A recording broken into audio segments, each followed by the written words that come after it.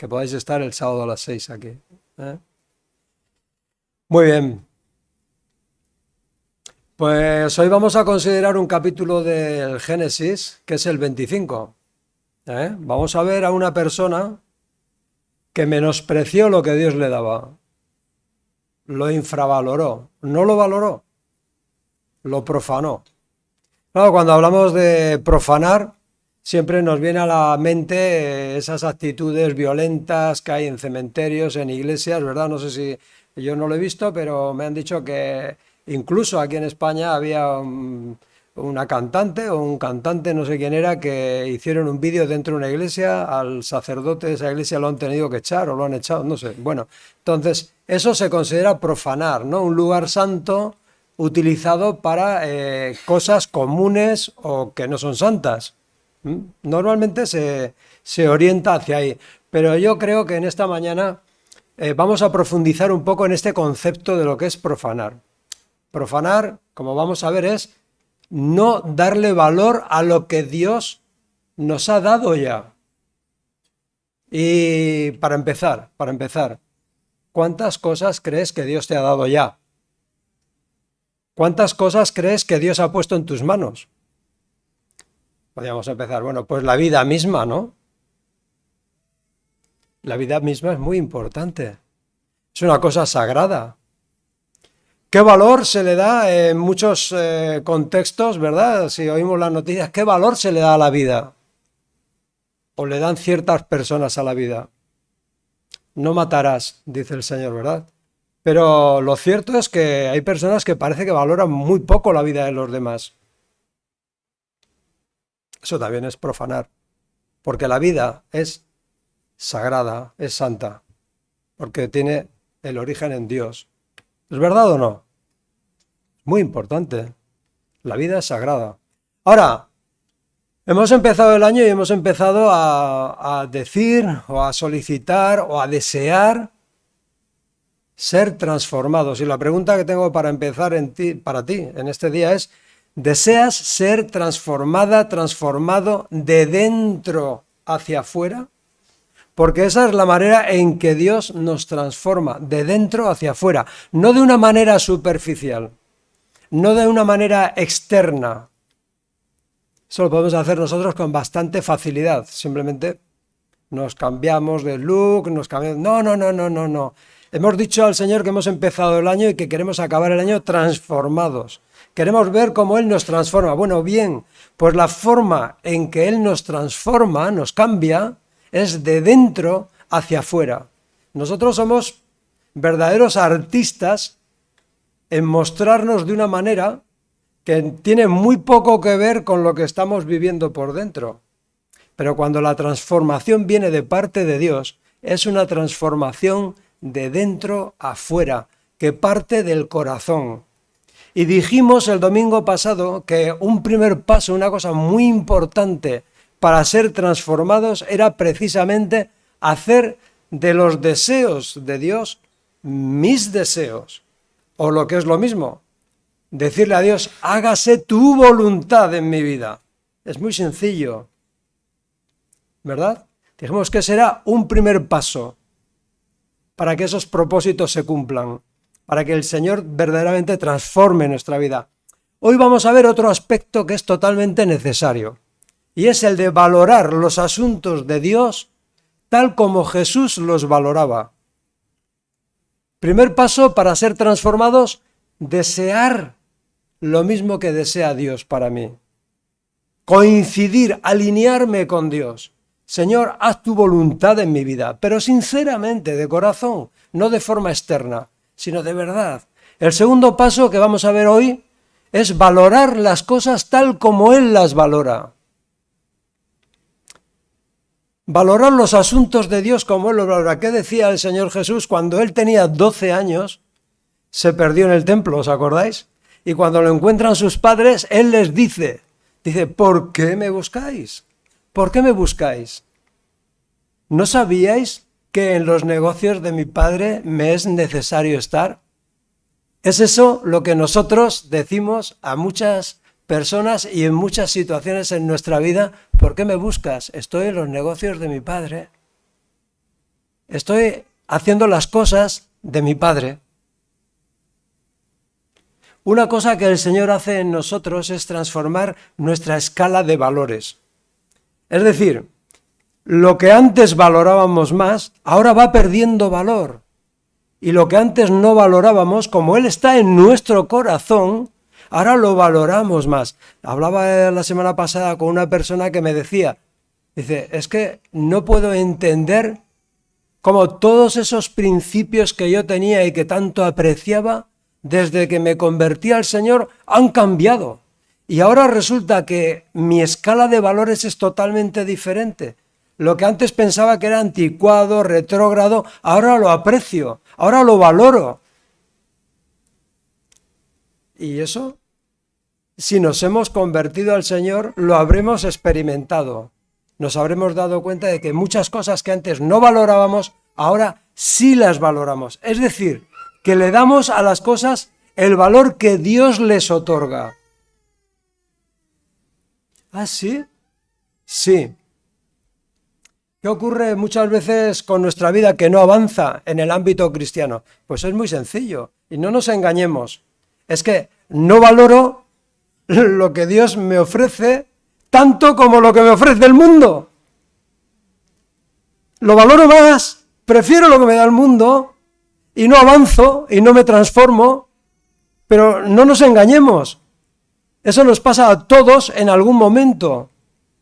Ahora, según vamos avanzando en la vida cristiana, según vamos madurando, como escuchábamos en esta mañana, según dejamos de ser niños y somos maduros en Cristo, las cosas de Dios cobran mucho más valor para nosotros y lo que antes tenía mucho valor para nosotros deja de tenerlo. ¿Por qué un cristiano maduro no tiene tanta atracción hacia las cosas del mundo, hacia lo que Dios no valora? Pues simplemente porque valora mucho lo que Dios le da. Ya no se trata tanto de rechazar lo que el mundo te está dando, que también. Es que amo tanto lo que Dios me da, que no me atrae lo que el mundo me ofrece. Es decir, lo valoro. ¿Me estoy explicando? Si queremos avanzar, si queremos ser transformados, esa obra, esa escala de valores en nosotros tiene que ir cambiando. Y cambia porque considero la palabra, porque la escucho, porque la aprecio. Y eso va haciendo que mi vida vaya cambiando. Ya no es un esfuerzo el que yo estoy haciendo.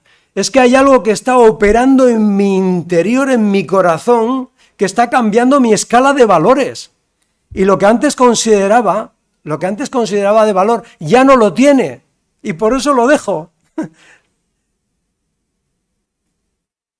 Hay personas que se plantean y dicen, bueno, ¿de qué cosas tengo que vaciarme? Hay cosas de las que nos tenemos que vaciar. Pero déjame que te diga algo en esta mañana. Es mucho más importante de qué te llenas que de qué te vacias. ¿De qué te llenas? ¿De qué te estás llenando? ¿De las cosas de Dios? Pues no te preocupes, porque te vas a ir vaciando de otras cosas. Mirad, esto os voy a poner un ejemplo. Es como cuando coges un vaso de café negro, americano, hasta arriba, de café negro oscuro, y le vas echando cubitos de hielo puro, de agua pura, la vas echando. ¿Qué va ocurriendo? Que el café se va sobrando, se va saliendo del vaso, y tú le echas más hielo, y cuanto más hielo le echas, más se sobra el café, más se sale. ¿Y qué acaba quedando en el vaso? Agua pura. Agua pura. ¿Por qué? Porque has metido agua pura y se ha salido todo lo que había oscuro en ti. Es más importante lo que metes que lo que echas.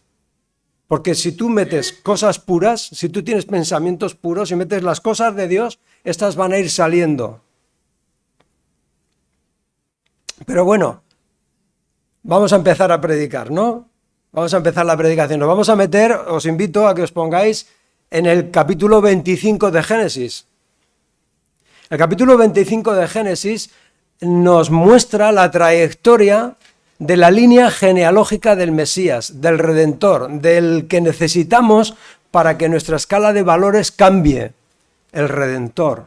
¿Cuántas cosas nos da Cristo, verdad? A veces pensamos, bueno, Cristo ya me dio el perdón, ya murió en la cruz, ya soy salvo, a esperar ese día en el que deje este cuerpo y me presente a Él. No, no. Dios, por medio de Cristo, nos ha dado muchísimas riquezas que tenemos que aprender a valorar. Y precisamente el no valorarlas implica que estamos tratando las cosas que Él nos ha dado con poco aprecio o ninguno. Vamos a leer esta historia, ¿verdad? Ya vimos cómo Eliezer, ese siervo de Abraham, fue a buscar una esposa para Isaac. ¿Por qué? Porque Sara ya había muerto, entonces Abraham manda a su siervo a buscar una esposa. Pero continúa, capítulo 25, verso 1. Se titula así, Muerte y sepultura de Abraham. Abraham volvió a casarse, tomó otra mujer llamada Cetura. Ella dio a luz a Zimrán, Joksán, Medán, Madián, Isbac y Súa. Joksán fue el padre de Seba y Dedán. Los descendientes de Dedán fueron los asueros, los letuseos y los leumeos. Los hijos de Madián fueron Efa, Efer, Anoca, Bida y Elda. Todos ellos fueron descendientes de Abraham por medio de Cetura. ¿Vale? O sea que Abraham, una vez que se murió Sara, se volvió a casar. Era viudo y se volvió a casar. Y tuvo 6 hijos.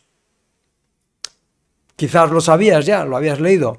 Verso 5. Abraham le dio todo lo que poseía a su hijo Isaac, pero antes de morir les dio regalos a los hijos de sus concubinas y los separó de su hijo Isaac. Los envió lejos de Isaac, su hijo, enviándolos a una tierra al oriente. Es decir, esta historia podía ser la historia de cualquier familia.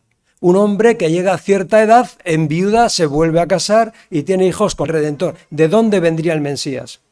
Dice que tuvo otros hijos, pero todo se lo dio a Isaac.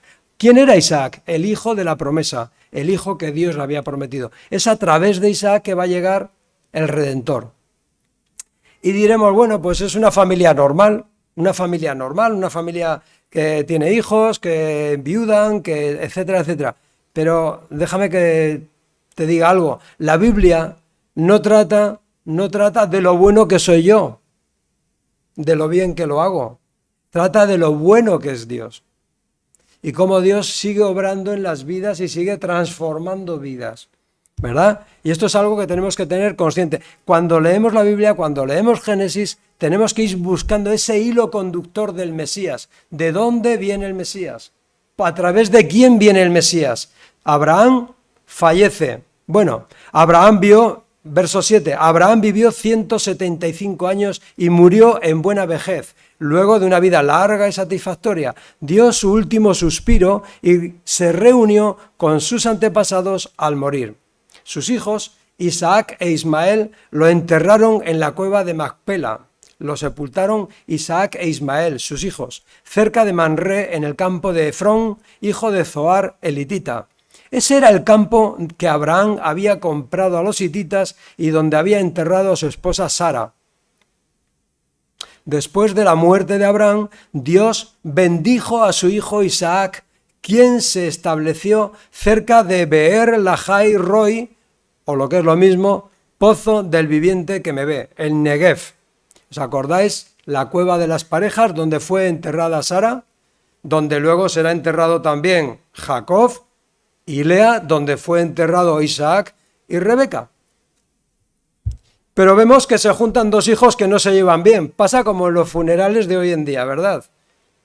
Que se juntan personas que no se tratan, pero bueno, como van a un funeral, pues ahí se encuentran. Y ahí están Isaac e Ismael, ambos dos, enterrando a su padre. Para eso se han unido, aunque vivían separados. Verso 12, descendientes de Ismael. Y quizás no lo vamos a leer todo porque son bastantes nombres y no quiero que empecemos a escuchar nombres y nombres. Solamente quiero que os paréis en el verso 18. Después de dar toda la relación de los hijos de Ismael, la descendencia de Ismael, que es el hijo de Agar, de la esclava, dice, verso 18, los descendientes de Ismael ocuparon la región que va desde Ávila hasta Shur, que está al oriente de Egipto, en dirección a Asiria. Y presta atención a este detalle que es sumamente importante. Allí vivieron en franca oposición con todos sus parientes. ¿Y quiénes eran sus parientes? Isaac y otras personas que venían por otra línea. Eran personas violentas, eran personas que se llevaban bastante mal con otras, ¿verdad? Eso dice la Biblia. Seguimos adelante, verso 19, nacimiento de Esaú y de Jacob. Bueno, ya nos vamos acercando hacia ese personaje del cual vamos a hablar hoy. Este es el relato de la familia de Isaac, hijo de Abraham. Cuando Isaac tenía 40 años, se casó con Rebeca, hija de Betuel, el arameo, de Padán Aram y hermana de Labán, el arameo. Isaac rogó al Señor a favor de su esposa porque ella no podía tener hijos. ¿Os suena la historia? Es la misma historia de Sara. Tampoco podía tener hijos. Pero en este caso, oró Isaac. El Señor contestó la oración de Isaac y Rebeca. Quedó embarazada de mellizos. Isaac tuvo un comportamiento normal de una persona de fe. Cuando tienes algo, una oposición, cuando algo deseas o necesitas, oras a Dios. Esa es la actitud de una persona de fe, una actitud normal. Dice que él vivía cerca del pozo del Dios viviente, del que lo veía. Verso 22. Pero los dos niños luchaban entre sí dentro de su vientre, o sea que tuvo un mal embarazo. Rebeca. Así que ella consultó al Señor. ¿Por qué me pasa esto?, preguntó. En otra versión dice, ¿para qué vivo yo? Y el Señor le dijo, los hijos que llevas en tu vientre llegarán a ser 2 naciones y desde el principio, desde tus entrañas, las 2 naciones serán rivales. Una nación será más fuerte que la otra y tu hijo mayor servirá a tu hijo menor. El Señor le adelantó, le reveló a Rebeca lo que iba a suceder con los 2 hijos que llevaba dentro. Es decir, Rebeca, a medida que los niños iban creciendo, era consciente de lo que Dios ya le había revelado. Si nos paramos a pensar, cuando esto se le revela a Rebeca, ella no sabe cómo se va a desarrollar, no sabe cómo va a suceder, pero Dios le ha adelantado, le ha profetizado, le ha dicho, van a ser 2 naciones, se van a enfrentar y el mayor va a servir al menor, pero no sabe cómo ella. ¿Cuántas veces el Señor nos plantea algo, nos adelanta algo, pero no sabemos cómo lo va a llevar a cabo el Señor? Entonces, ¿qué entra en juego por nuestra parte? La fe, la fe. Cuando Dios dice que nos va a santificar, que nos va a purificar, nosotros debemos creer que Él lo va a hacer. Verso 24. Cuando le llegó el momento de dar a luz, Rebeca comprobó que de verdad tenía mellizos. El primero al nacer era rojizo y estaba cubierto de mucho vello, como un abrigo de piel, como una pelliza, dice otra versión. Por eso le llamaron Esaú, vello, vello no de B, vello con B, sino con V, de pelo, vello. Después nació el otro mellizo, agarrado con la mano al talón de Esaú. Por eso lo llamaron Jacob, talón. Isaac tenía 60 años cuando nacieron los mellizos. Es decir, se casó con 40 y tuvo los hijos con 60. Estuvo 20 años que no tuvieron hijos. Rebeca e Isaac. La diferencia entre ambos hijos era evidente desde el principio. Uno era más bien velludo y el otro pues no, pero luego según vayamos viendo cómo se desarrolla la vida de ellos, vamos a ver que las diferencias son mayores. Esaú vende su primogenitura o sus derechos de hijo mayor. Anda, ¿quién nació primero? Esaú. Y con la primogenitura, ¿qué venía? Los derechos de primogénito. ¿Y qué más venía? La bendición. Y si sigues adelante, ¿y quién vendría a través de la línea genealógica de Abraham, de Isaac? Vendría el Mesías más adelante. ¿A quién le fue dada esa bendición? ¿A quién se le concedió nacer primero? A Esaú. A Esaú. Vamos a ver qué hace Esaú luego con esos privilegios, vamos a ver qué hace con esa bendición y vamos a ver nosotros qué hacemos también con las bendiciones que Dios nos da. Los muchachos, verso 27, los muchachos fueron creciendo y Esaú se convirtió en un hábil cazador. Él era un hombre de campo, pero Jacob tenía un temperamento tranquilo y prefería quedarse en casa. Isaac amaba a Esaú porque le gustaba comer los animales que cazaba, pero Rebeca, la madre, amaba a Jacob. Fueron diferentes en todo, uno era cazador y el otro era hogareño. Uno era favorito del padre y el otro favorito de la madre, algo que no se debe dar. No deberíamos de tener favoritos entre nuestros hijos, porque eso crea diferencias y enemistades entre ellos.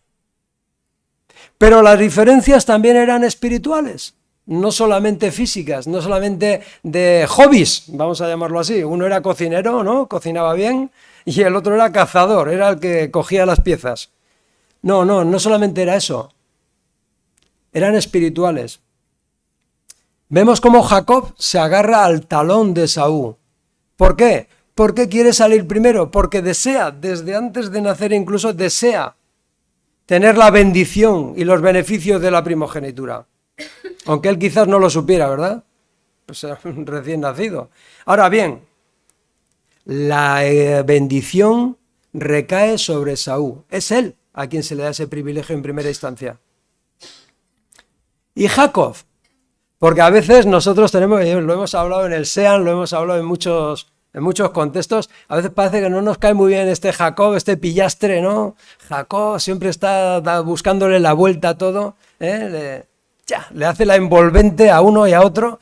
Bien, Jacob, vamos a ver cómo su vida también, igual que la nuestra, su vida tiene que ser transformada. Repito, la Biblia no trata de lo buenos que somos nosotros, trata de lo bueno que es Dios. Y es muy diferente.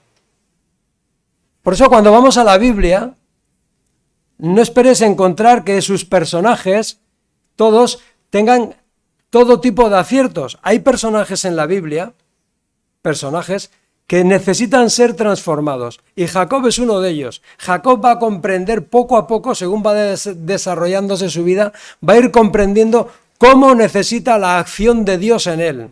Por eso ya siento defraudaros un poquillo. Hay gente que piensa que Jacob es un pillastre. Yo os digo lo siguiente, Jacob es un luchador. Jacob es un hombre que desde que nace va detrás de la bendición. Y tiene que llegar un momento en que él se rinda a Dios y comprenda que esa bendición es un regalo de Dios. Pero vamos a leer el verso 29. Estamos en el capítulo 25, verso 29 de Génesis. Cierto día, mientras Jacob preparaba un guiso, una comida, Esaú regresó del desierto agotado y hambriento. Esaú le dijo a Jacob: me muero de hambre, dame un poco de ese guiso rojo. Así es como Esaú obtuvo su otro nombre, Edom, que significa rojo. Bueno, de Esaú vendrían luego los edomitas, pero bueno, no nos vamos a meter en eso, ya llegará. Verso 31. Muy bien, respondió Jacob, pero dame a cambio tus derechos de hijo mayor. ¿Qué está persiguiendo Jacob?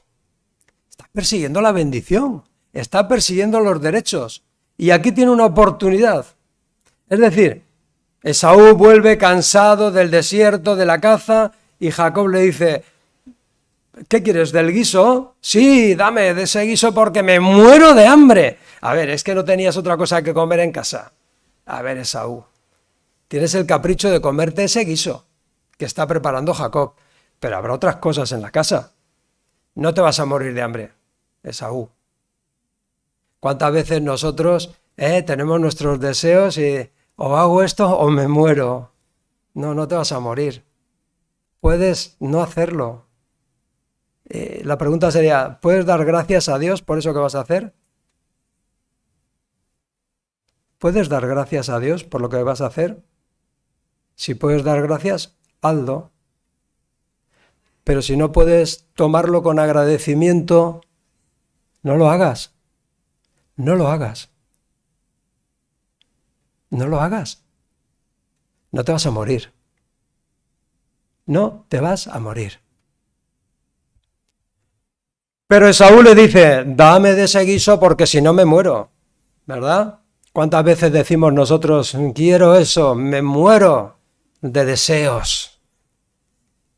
Dice, mira, dice Esaú, mira, me estoy muriendo de hambre. ¿De qué me sirven ahora los derechos de hijo mayor? ¿Para qué quiero esos derechos? Si lo que quiero es el guiso.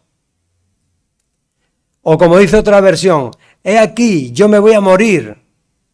Dice Reina Valera, dice, he aquí, yo me voy a morir. ¿Para qué, pues, me servirá la primogenitura? ¿Qué está haciendo Esaú? Está menosvalorando. Dice, mira, déjate de tonterías, dame del guiso y lo de la primogenitura, los derechos, la bendición, ya cuando llegue llegará, si es que llega y si no. Bueno, ya iremos avanzando en Génesis, pero luego veremos cómo la quiere. La quiere, pero demasiado tarde. ¿Cuántas veces nosotros, ante la oferta que nos hace el mundo, ante nuestros deseos intensos, decimos, bueno, lo de la bendición de Dios, bueno, el día que me muera, ya veremos, o el día que llegue el momento, ya veremos. Ahora de momento voy a coger todo lo que me viene a la mano y lo que a mí me gusta y me interesa y lo que quiero. Cuando hacemos eso, ¿qué estamos haciendo? Estamos menosvalorando la bendición que acarrea la obediencia. La obediencia acarrea bendición a nuestra vida. Y no hay nada mejor para nosotros que lo que Dios nos ofrece. No hay nada que te pueda dar el mundo, nada que te pueda dar nadie que valga más que lo que Dios te da. ¿Qué pasa? Que a veces valoro más lo que me da el mundo o lo que me da alguien que lo que Dios me promete, que lo que Dios me da. Y aquí no valen componendas. No valen componendas, no puedo coger con una mano una cosa y con la otra al otro. No puedo. No lo puedo Esaú y yo tampoco lo puedo. Y me temo que tú tampoco. Tú tampoco. La obediencia trae consecuencias de bendición a tu vida. Y lo que Dios te da es lo mejor que te puede pasar. Lo mejor. Créeme, hermano, créeme. Jacob, verso 33, pero Jacob le dijo, primero tienes que jurar que los derechos de hijo mayor, que la bendición me pertenecen a mí. Así que Esaú hizo un juramento mediante el cual vendía todos sus derechos de hijo mayor a su hermano Jacob. Entonces Jacob le dio a Esaú el guiso de lentejas y algo de pan. Esaú comió y luego se levantó y se fue.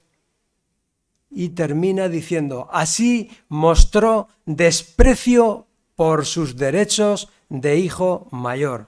O lo que es lo mismo, menospreció su primogenitura y sus derechos y su bendición que acarreaba el haber nacido primero. ¿Se lo quitó Jacob o lo menospreció él? ¿Nos lo quita el mundo o lo menospreciamos nosotros?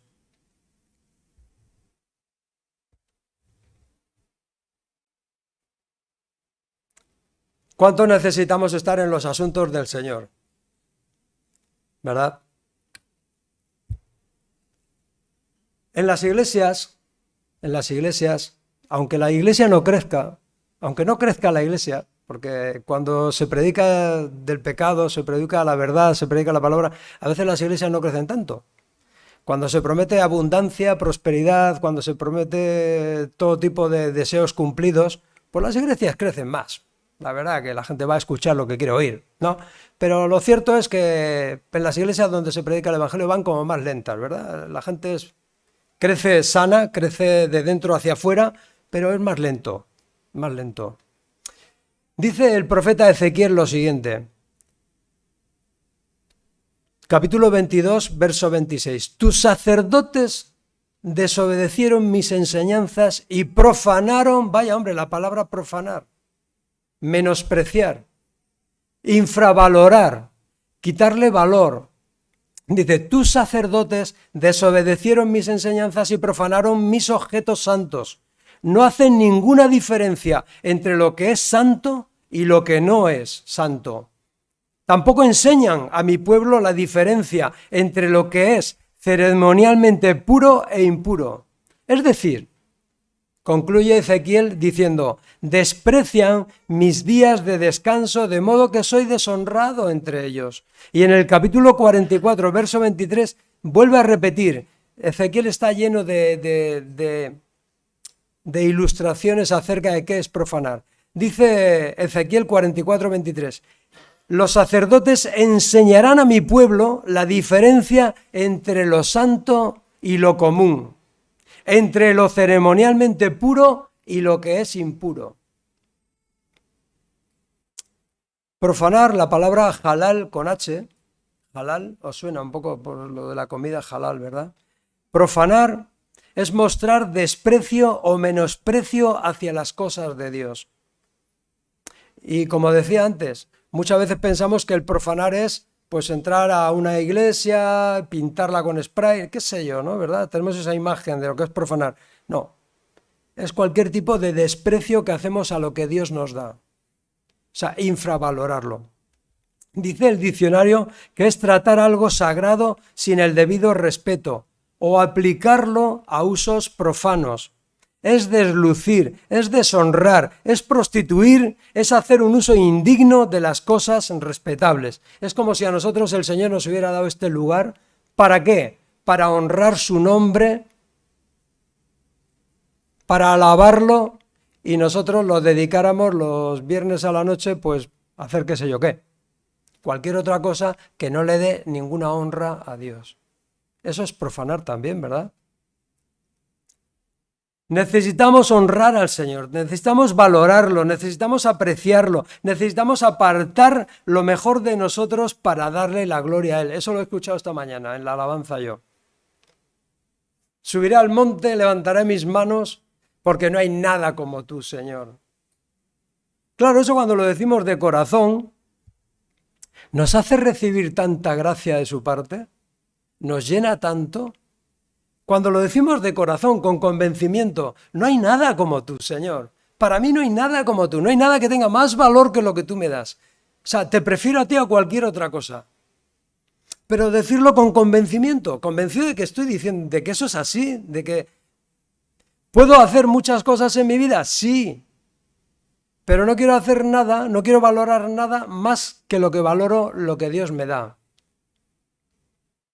Entonces, ¿qué es profanar? Pues no darle valor a lo que Dios te da. Y vamos a ver ahora qué cosas nos da el Señor, porque no solamente nos da la salvación, que tiene un valor incalculable, inigualable. El Señor pone a nuestro alcance y nos permite elegir lo mejor para nosotros. Nunca llegaremos a valorar lo suficiente lo que el Señor ha hecho por nosotros en aquella cruz. Nunca. Las riquezas de la gracia de nuestro Señor Jesucristo. La santidad. Dice que el Señor ha sido hecho nuestra santidad, nuestra santificación. La santidad es un proceso transformador que comienza cuando nos convertimos, cuando depositamos nuestra fe y nuestra confianza en la obra del Mesías, en aquella cruz. Cuando la valoramos, cuando valoramos lo que Él hizo y lo aceptamos, es cuando nos convertimos, cuando nacemos de nuevo. Y esa santificación empieza en ese momento, pero no termina hasta que no estamos en su presencia. Estamos en un continuo proceso de santificación. Cuando estamos hablando en este año que queremos ver nuestras vidas transformadas, queremos verlas cambiadas de dentro hacia afuera, es que estamos diciéndole al Señor que queremos ser santificados. Y ahora bien, ¿cómo consigo esa santificación? Acercándome al Señor, buscando de Él. Él es santo, santo, santo. Y cuanto más cerca estoy del Señor, más me santifico. Cuanto más cerca estoy del radiador del calor, más calor noto. Cuanto más me acerco al foco de la luz, más luz tengo. Y podríamos poner muchos otros ejemplos, pero mi santificación viene por mi cercanía al Señor. Dice, acercaos a Dios y Dios se acercará a vosotros. Ser santo, por lo tanto, es ser apartado, con un propósito, con un fin. Decimos que hemos sido rescatados, que hemos sido comprados por la sangre de Cristo. Si eso es así, ¿qué significa? Que le pertenecemos. Que le pertenecemos, que hemos sido redimidos, que hemos sido comprados con su sangre. Dice el apóstol Pedro, fuisteis comprados no con oro y plata, no con dinero, no con cosas materiales, sino con la sangre preciosa de Cristo Jesús. Y cuando nosotros no entendemos esto, cuando no lo apreciamos, cuando no lo valoramos, estamos profanando lo que Dios nos da, porque no lo estamos apreciando, porque no lo estamos valorando. Valoramos más otras cosas que nos apetecen más. No estoy hablando de venir a la iglesia, no. Estoy hablando de tu vida a solas, con el Señor. Estoy hablando de tus decisiones diarias, en tu trabajo, en tus estudios, donde quiera que te encuentres. ¿Estás presentando ante Dios lo que vas a hacer cada momento? ¿Puedes darle gracias a Dios por lo que vas a hacer? ¿Puedes darle gracias a Dios por el regalo que te ha dado? Eso es santificarse, eso es acercarse a Dios. Cuanto más cerca estoy de Dios, más santo soy.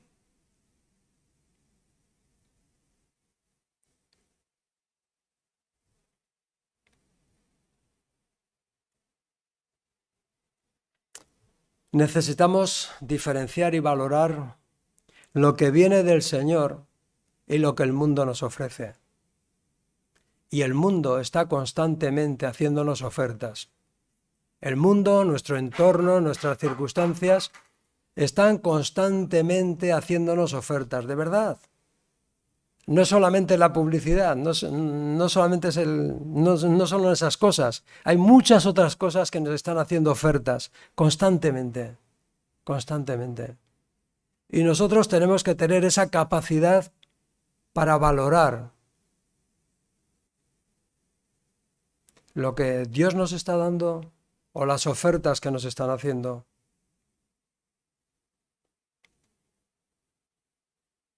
Cuanto más valoramos las cosas del Señor, menos valoramos lo que el mundo nos da. Quiero que te quedes con esta imagen en esta mañana. Que profanar es no darle valor a lo que Dios te está dando. No darle valor. Valorar más otras cosas. Pero fíjate, valorar las cosas del Señor hace que valoremos menos las otras ofertas. ¿Estás de acuerdo conmigo? Di amén, amén. Sí, es que es así. Cuanto más valoro las cosas de Dios, menos valoro lo que el mundo me ofrece. Y eso te tiene que haber sucedido si estás en Cristo. Te tiene que haber sucedido. Y si nosotros queremos estar en ese proceso de santificación, si nosotros queremos estar en ese proceso de transformación personal, si nosotros queremos estar madurando, como oíamos esta mañana, dejar de ser niños en el Señor, todo esto nos tiene que estar sucediendo. O sea, cada vez valoro más lo que Dios me da y menos lo que el mundo me ofrece. Estaría dispuesto a dejar cualquier cosa que el mundo me ofrece por agarrar lo que Dios me está dando. Fíjate que en Hebreos se nos dice lo siguiente, en el capítulo 12, verso 12, por lo cual está invitando el autor a los que leen, os estoy invitando en esta mañana también, por medio de la palabra, por lo cual levantad las manos caídas y las rodillas paralizadas y haced sendas derechas para vuestros pies, para que lo cojo no se salga del camino, sino que sea sanado. ¿Qué tenemos que hacer? Levantar las manos, levantar los pies, levantar las rodillas que están paralizadas y hacer sendas derechas, seguid la paz con todos y la santidad. Y la santidad, dice, sin la cual nadie verá al Señor. Mirad bien, no sea que alguno deje de alcanzar la gracia de Dios. Mirad bien, observar, considerar Pensar, pararos y pensar. Mirad bien, no sea que alguno deje de alcanzar la gracia de Dios. No pensemos ni por un momento que podemos coger con una mano lo que el mundo nos está dando y por otra mano lo que Dios nos está dando. De verdad, no podemos. Dice, mirad, considerar, pensar, tener cuidado, dice el autor. No sea que alguno deje de alcanzar la gracia de Dios, que brotando alguna raíz de amargura os estorbe y por ella muchos sean contaminados. No sea que haya algún fornicario o alguna fornicaria o profano como Esaú. Está el autor constantemente advirtiendo de esa posibilidad. Cuidado. Yo sé que esto no es popular, yo sé que esto no. Solamente si amas al Señor vas a amar esto que está diciendo.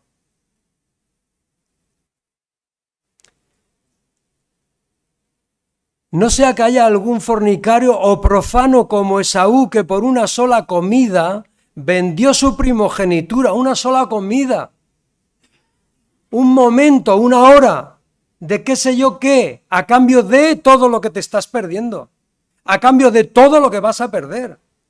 De tener cuidado, considerar estas cosas. No sea que por una sola comida vendió su primogenitura, porque ya sabéis que aún después, deseando heredar la bendición, fue desechado y no hubo oportunidad de arrepentimiento, aunque la procuró con lágrimas. Y cuando yo leía esto, me preguntaba y le pregunto al Señor, y no lo sé, no tengo la explicación. Digo, cuando Esaú procuró con lágrimas recuperar la bendición, ya no sé si es durante la vida, antes de morir, o fue como aquel rico cuando se vio a Lázaro enfrente y quería que Abraham mandara a alguien para advertir a sus familiares. No lo sé cuándo fue que lloró Esaú, si lloró en vida o lloró cuando se encontró ya con Abraham, o cuando vio dónde había parado. No lo sé si fue en esta vida o fue en la siguiente, pero no hubo oportunidad para el arrepentimiento. No lo sé. Pero yo tengo que advertirte muy seriamente en esta mañana acerca de lo que es profanar. Y profanar es quitarle importancia a lo que Dios te ha regalado, a lo que Dios te ha dado. Es una palabra muy seria, como toda la palabra de Dios. Y sobre la cual tenemos que tomar determinaciones, tenemos que tomar decisiones. ¿Qué valoro más en mi vida? ¿Valoro más un tiempo de diversión? ¿Valoro más qué sé yo qué? No lo sé. Pero fíjate, y no te voy a dejar con este mal talante, te voy a decir lo siguiente. Es que jamás podrás hacer responsable a Dios de que no ha hecho todo lo que pudo por ti. Jamás podrás decirle a Dios, es que no hiciste todo lo que debías para salvar mi alma. Es que quizás no hiciste todo lo que pudiste. No, el Señor hizo todo. Y está haciendo todo para que tú no tengas que sufrir ese llanto amargo, ese rechinar de dientes. Dice en 1 Corintios, y con esto termino, el apóstol Pablo a los corintios les dice, Dios os ha unido a vosotros con Cristo Jesús. ¡Qué maravilla! No me digas, ¿eh? ¿Qué ha hecho Dios? Te ha unido a Cristo Jesús. Ahora tú te vas a soltar de la mano de Cristo Jesús y te vas a ir detrás de otras manos, detrás de otras cosas, o vas a seguir aferrado a la mano de Cristo. Dice, Dios os ha unido a vosotros en Cristo Jesús. Dios, ¿quién lo hizo? Dios. ¿Quién lo hace? Dios. Dice, Dios hizo que Él, Cristo, fuera tu sabiduría. Bendito sea el Señor. Amén. ¿Eres sabio? ¿Eres sabia? Sí. Si escuchas lo que Dios te dice, si escuchas lo que Dios te está mostrando, eres sabia, eres sabio.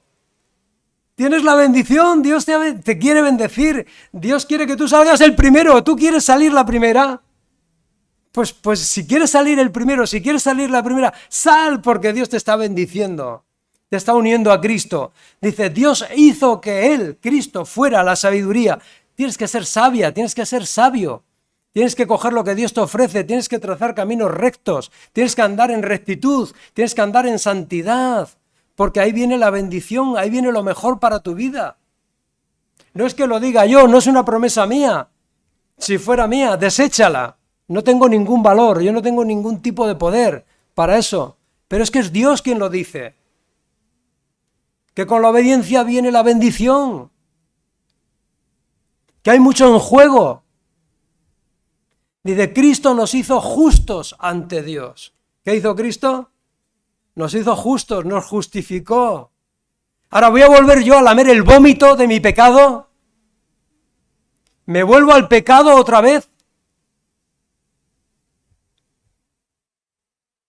Cristo ya me justificó, me redimió, me compró, me limpió, me santificó, me sigue santificando. Dios nos hizo puros y santos y nos liberó del pecado. Bendito sea su nombre. 1 Corintios 1:30. Cógete este versículo esta semana y apréndetelo de memoria. Apréndetelo de memoria, escríbelo una y otra vez y apréndetelo. Dios nos ha unido a Cristo Jesús y Él hizo que Él fuera nuestra sabiduría, que Él fuera nuestro beneficio, que Él nos hiciera justos, que Él nos hiciera puros, que Él nos hiciera santos, que Él nos liberara del pecado. ¿Cuánto más puede hacer Él por mí y por ti? Jamás podremos decirle a Dios que no hizo todo lo que tenía que hacer para que nosotros lleváramos vidas rectas y santas. Que el Señor os bendiga.